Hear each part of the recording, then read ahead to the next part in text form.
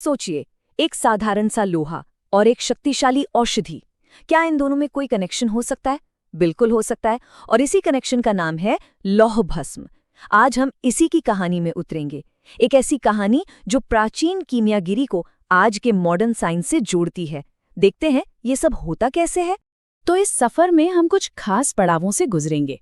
हम जानेंगे कि ये लौह भस्म असल में है क्या, इसके मुख्य घटक क्या हैं, इसे आग में कैसे तपाया जाता है, वो पूरी प्रक्रिया क्या है, इसका इस्तेमाल कैसे और क्यों होता है, और आखिर में मॉडर्न साइंस की नज़र में ये कहाँ खड़ी होती है।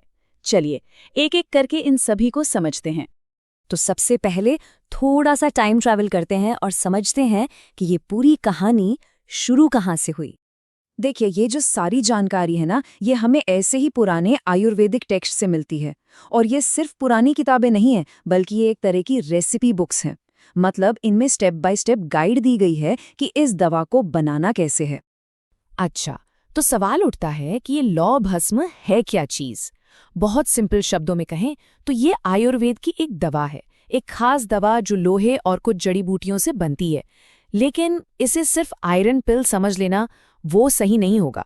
इसका जो असली कमाल है ना, वो छिपा है इसे बनाने के तरीके में। तो फिर इसे बनाने के लिए चाहिए क्या क्या होता है? इसकी सामग्री के बारे में जानकर काफी हैरानी हो सकती है। यकीन करना मुश्किल है, पर इसकी जो मेन सामग्री है वो सिर्फ दो हैं। पहला शुद्ध लोह चूर्ण, मतलब प्यूरिफाइड आयरन पाउडर, और दूसरा है त्रिफला क्वाथ, जो 3 फलों का एक काढ़ा होता है। और इनका प्रोपोर्शन वो तो और भी सिंपल है, एक एक हिस्सा बिल्कुल बराबर। हाँ, अब ये 2 नाम, शुद्ध लोह चूर्ण और त्रिफला क्वाथ, शायद याद रखने में थोड़ी मुश्किल लगे, पर कोई बात नहीं। इसके लिए एक बहुत ही बढ़िया ट्रिक है। इसे ऐसे याद रख सकते हैं। लोहे के लिए सोचिए आयरन क्लैड, मतलब लोहे जैसा मजबूत। और त्रिफला, जिसमें 3 फल होते हैं, उसके लिए याद रखिए ट्रिपल थ्रेड। तो दोनों को मिलाकर क्या बन गया? An iron clad triple thread. इस तरह से ये नाम आसानी से याद रह जाएंगे। चलिए अब बात करते हैं असली मैजिक की, इसे बनाने के प्रोसेस की। ये सिर्फ मिक्सिंग नहीं है, ये एक तरह की एल्केमी है।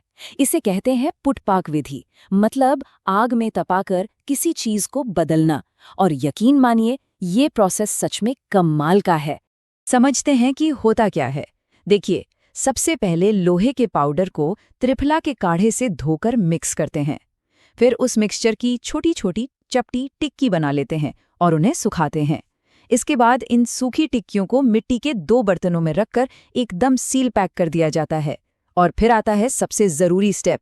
इन सील बंद बर्तनों को एक खास गड्ढे में रखकर बहुत ज़्यादा, मतलब बहुत तेज़ आंच पर पकाया जाता है।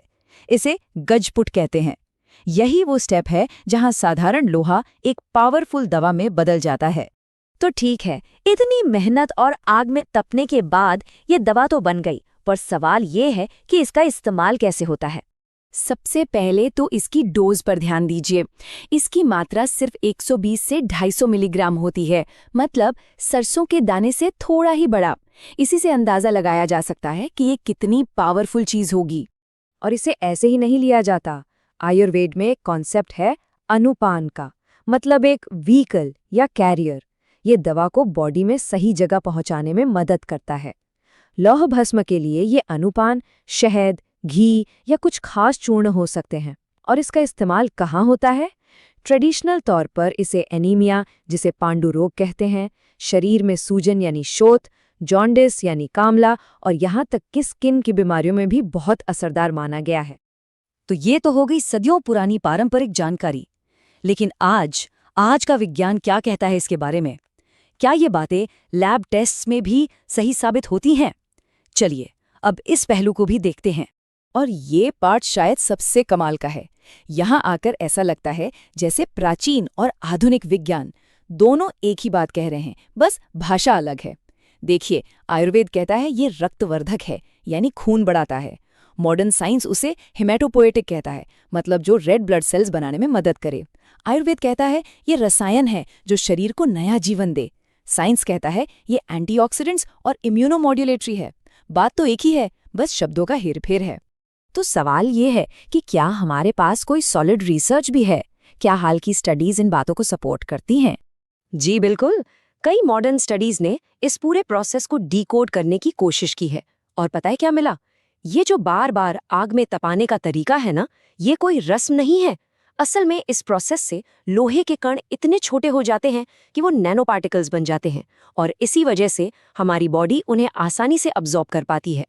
रिसर्च ये भी बताती है कि 600 डिग्री सेल्सियस जैसा एक खास टेम्परेचर इस प्रक्रिया के लिए बेस्ट है। मतलब सदियों पहले जो काम कीमियागर अनुभव से कर रहे थे, आज विज्ञान उसी पर अपनी मुहर लगा रहा है।